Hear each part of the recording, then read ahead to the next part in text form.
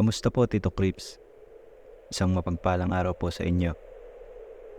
Itago niyo na lang po ako sa pangalang Ramon at ako isang sales manager sa isang kilalang car company brand dito sa Pilipinas. I-share ko lang po ang aking nakakakilabot na karanasan nung ako'y naninirahan pa sa bahay ng aking bayaw dyan sa may Silang Cavite. Pero bago ko po simulan ay nais kong isama sa pagbati ang anak ko na nag-aaral sa college dyan sa FEU Silang. At ang isa ay nasa FEU High School. Shoutout ko na rin po ang mga mag-aaral dyan sa FEU. Nakapanood na rin po ako ng ilang mga video nyo at mukhang kagagawa pa lamang ang inyong channel. Nakita ko din sa profile nyo na nag-accept kayo ng mga istorya mula sa mga viewers, kaya naisipan ko pong magpadala. Ito pong kwentong ito ay naganap ng taong 2001 sa may subdivision sa bayan ng Silang Cavite. Hindi ko na po babanggitin ang pangalan ng subdivision at kung saan ito nangyari. Wala po akong intensyon para masira ang imahe ng lugar. Ito po ay isang experience ko po lamang na gusto kong i-share sa channel nyo. Madaming puno at masusukal sa bakanting lote ang makikita mo doon sa subdivision. Konti lang din ang nakatira doon nung panahong iyon at medyo layo-layo din ang mga kabahayan. Pero yung sa bayaw ko ay may mga katabi naman kaming kalapit na kapitbahay. Sa kalagatian ng paglalakad mo papasok, matadaan na namin ang isang malalim na ilat at tinadaloy ng tubig doon sa may baba. Madamo at maraming iba't ibang uri ng kahoy na doon ay lumaki na. Maraming bakanting lupa doon pero meron na ring may-ari. Di pa lang nila pinaplanong tayuan ng bahay. Wala pang street light noon kaya madilim talaga maglakad papasok ng subdivision. Malapit din naman ito sa highway at mga 4 na minutong lakad lang papauwi ng bahay. Di naman kami nangangamba papauwi kahit madilim kasi wala naman mga multo at maligno doon. Palaging ang nauwi ang asawa ko at ang asawa ng bayaw ko ng mag-isa. Kahit silang dalawa ay wala namang kwentong kababalagan na na-experience doon. Kagandahan lang kung titira ka doon ay sobrang bait ng mga kapitbahay mo. Halos magkakatropa lang lahat. Walang awayan at wala ring gulo. Wala ring mga pasaway na binata doon na pakalat-kalat tuwing gabi. Kaya masasabi kong safe doon manirahan.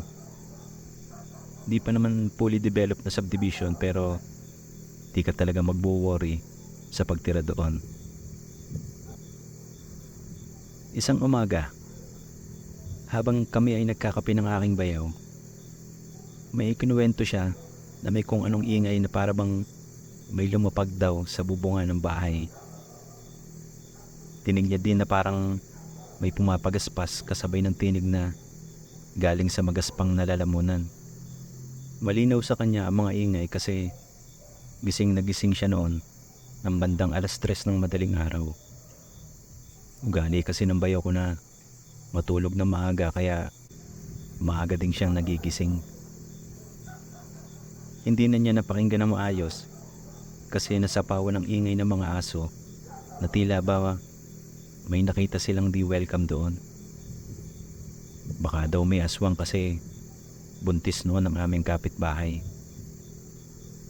Naniniwala daw siya dito kasi nakakita na daw siya ng aswang na nagpalit anyong malaking aso nung kabataan niya nung sila ay nakatira pa sa San Juan, Manila.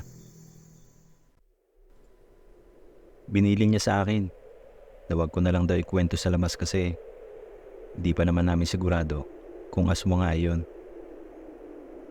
Dumaan ang mga gabi na pati ako'y di na rin maalis sa isip ko ang kwento ng bayaw ko. Nagkaroon ako ng kilabot na baka totoo ang aswang at bumalik yun para matarget niya ang buntis naming kapitbahay. Napaparaning ako minsan at natatakot sa tuwing nagtatahulan ng mga aso tuwing gabi. Pero madali ko naman naalis sa isip ko ang tungkol sa aswang. Busy kami sa bahay at trabaho kaya di ko na binibigyan pansin ang tungkol doon.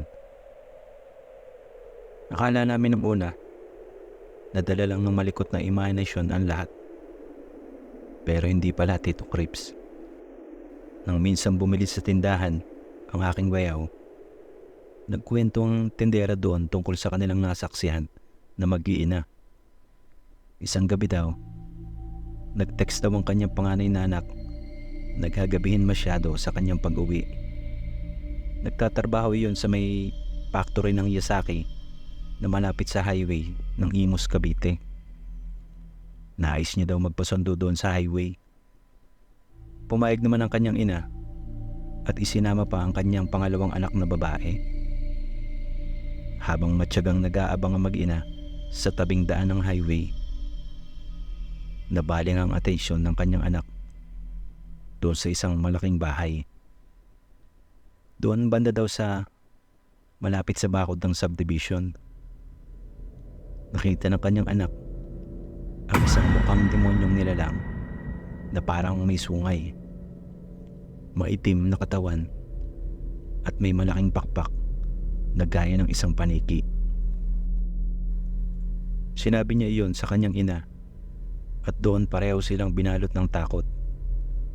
Hindi nila inaalis ang paningin nila sa nilalang na iyon. Nakaupo daw sa may bubungan ng malaking bahay na wari nag-aabang at may malagim na plano. May pagkakahawig daw sa isang malaking paniki at dinidilaan pa nito ang kanyang daliri. Hanggang sa makarating ang kanyang anak ay mabilis silang naglakad papauwi. Pumasok sa kanilang isip na aswang ang kanilang nakita. Kumalat ang kwento at nanatili lang sa aming subdivision. Hinala ng mga taga roon na baka aswang daw ang may-ari ng kubo na bigla na lang sumulpot sa liblib na parte ng subdivision. Kalamitan kasi sa lugar sa atin na may mga dayo at magtatayo ng maliit na kubo at di naman natin alam kung taga saan sila. Yun bang magugulat ka na lang isang araw na may bahay na sumusulpot na lang sa tagong lugar na dati naman ay wala. Pero pag tinatanong mo naman sila, sasabihin nilang pinatira ng may-ari ng lupa. Lumipas ang ilang linggo at bumaba ang tiyasang pag-usapan ng aswang kahit meron nang nakakita sa mga iyon. Tsaka wala namang ibang balita na sumalakay ang aswang at naminsala ng mga tao doon. Pero di ko po tatapusin itong kwentong ito, Tito Crips, kung hindi ko isasama ang aking karanasan ukol sa nilalang na iyon. Umaambon na gabi at kumikidlat ng kalangitan sa kalayuan. Nag-text ang aking asawa at nagpapasundo sa highway. Alanganin na din siya uuwi kasi na-extend daw ang kanilang operation. Busy daw kasi ang restaurant nila noon. Pumayag naman ako at naghanda. Nagdala lang ako ng payong, cellphone at yosi. Habang ako'y naglalakad, ay binuksan ko ang ilaw ng aking cellphone. Makakatulong iyon para makita ko ng maliwanag ang daan. Napadaan ako sa bakanting lote na may maraming uri ng puno kasama na ang puno ng balete. Napansin ko na umuugasan ng puno. Di naman malakas ang hangin noon, kaya agad ako nagtaka. Gulat na gulat ako na may biglang lumipad galing sa puno ng balete. Agad ko itong nilentehan gamit ng aking cellphone. Tumambad sa akin ang nakita ng mag-iina. Tugma ang mga sinabi nila sa aking nakita. Nanigas ang katawan ko sa takot.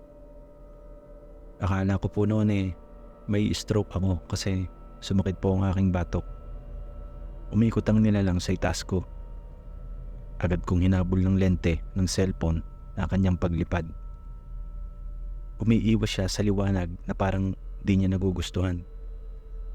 Lumipad siya patungo sa direksyon ng bahay kubo na aming pinaghihinalaang aswang.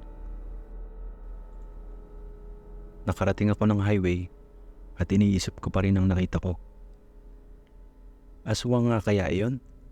Sabi ko sa sarili at nahahaloan din ako ng pagdududa. Hawig niya ang isang paniki kung tutuusin, Tito Crips. Alam ko may kalakihan ng ilang uri ng paniki pero sobrang laki naman na nakita ko. Ang katawan niya ay halos kasing laki ng 5 taong gulang na bata. At ang isa niyang pakpak ay halos isang dipa ko na. Pwede rin naman maging aswang kasi nanggagaya naman sila ng mga hayop. Di ko na ikinuwento yon sa bahay. Sa sarili ko na lang. Naisip ko kasi na baka kung aswang siya, maririnig niya na pinagkakalat ko ang balita tungkol sa kanya. May sabi-sabi kasi na malakas daw pang pandinig ng mga yan. Baka kasi balikan ako. Lumipas ang ilang buwan at di na rin ako nagpatinag sa takot. Nasanay din ako ulit sa paglalakad papasok at pag-uwi ng madilim naming subdivision. Pero alerto pa rin ako kung minsan. Di ko rin masabi noon na baka magpakita siya muli.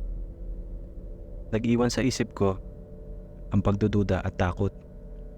Natatakot na baka aswang nga yun.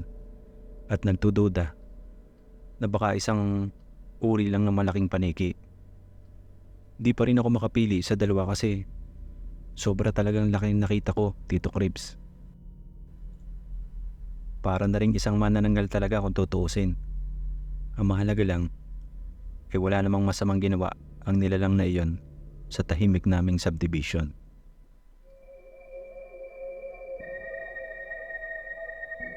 Lumipat na rin kami ng bahay, Tito Crips, noong 2012 at sa may bayan ng Silang din naman. Sana mag-comment ang mga taga-Silang kung mapanood nila ito. Tatanong ko rin sana kung may ganitong istorya dyan sa may parte ng Silang sa panahong nagdaan. Umaasa po ako na magawa nyo ng video ang aking maikling istorya. Makakaasa po kayo na susuportahan ko ang inyong channel. Hanggang dito na lamang po, Tito Crips. Ingat po kayo palagi. Maraming salamat po.